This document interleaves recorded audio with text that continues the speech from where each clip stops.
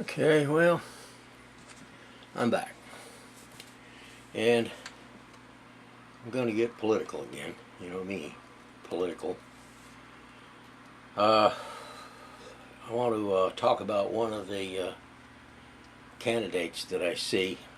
I believe he's on the Republican side, Ron Paul. I've got a good friend that thinks he's just the world beatenest thing that ever was. He's a fine fella. My understanding is he believes that the federal government is only bound to provide military protection. Off the top of my head, I can't think anything else he thinks it should do. Well, if Ron Paul had been the president for the last 60 years, interstate highway system wouldn't exist because his philosophy is that government has no business doing that. Private industry should do that. That should all be on the private side. There's couple items that really come to mind that probably would have been physically impossible for them to come into being if Ron Paul's philosophy had been strictly adhered to. How many of you have heard of the Tennessee Valley Authority?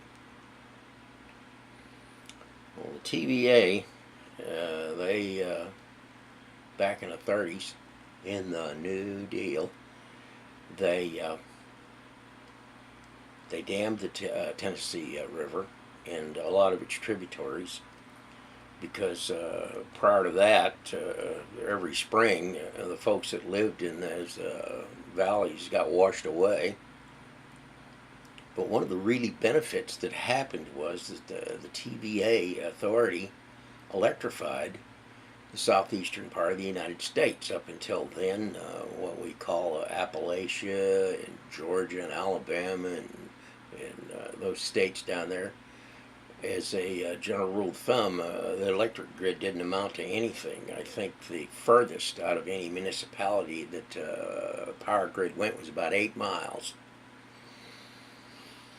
Well, the TVA was a monumental accomplishment, and there was no private industry that would have gone out there and did it, because the reason the electric grid didn't go out any further out than 8 miles out of any of the municipalities in those days is it didn't pay.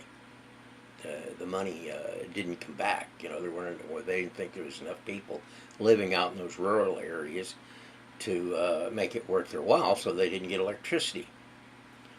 So my man Franklin, during his administration, they built the power grid down there in the southeastern United States. And of course, now, even here in Texas and east from here, most of the power originally came from that system. And it was a government-funded, federal tax money. Wouldn't have happened.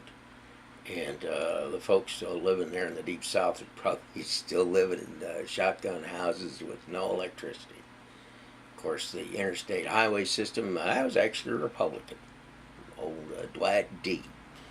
Of course, I think he was more interested in the military aspect of it, but you got to admit the interstate highway system has changed the country. Some people not necessarily think totally for the better, but it made us what we are in a lot of ways. So that also was government funded. Federal money. The other one that comes to mind is the Hoover Dam out in Arizona. That was federal money. Now, there was a consortium of companies that got together and used the federal money to build the dam, but on their own they never could have done it. The result from that is that the southwestern United States become electrified. Your Imperial Valley out in California, they could irrigate. It made the place. Once again, federal money, collectivism, if you want to call it that. But these things would not have happened if Ron Paul's philosophy had been adhered to. So before you vote for Ron Paul, think about if the man was elected president. Think about the public works programs and the benefits that we've derived over the years that would not be if he had had his way. And I think that's probably enough out of me. Here's my little buddy.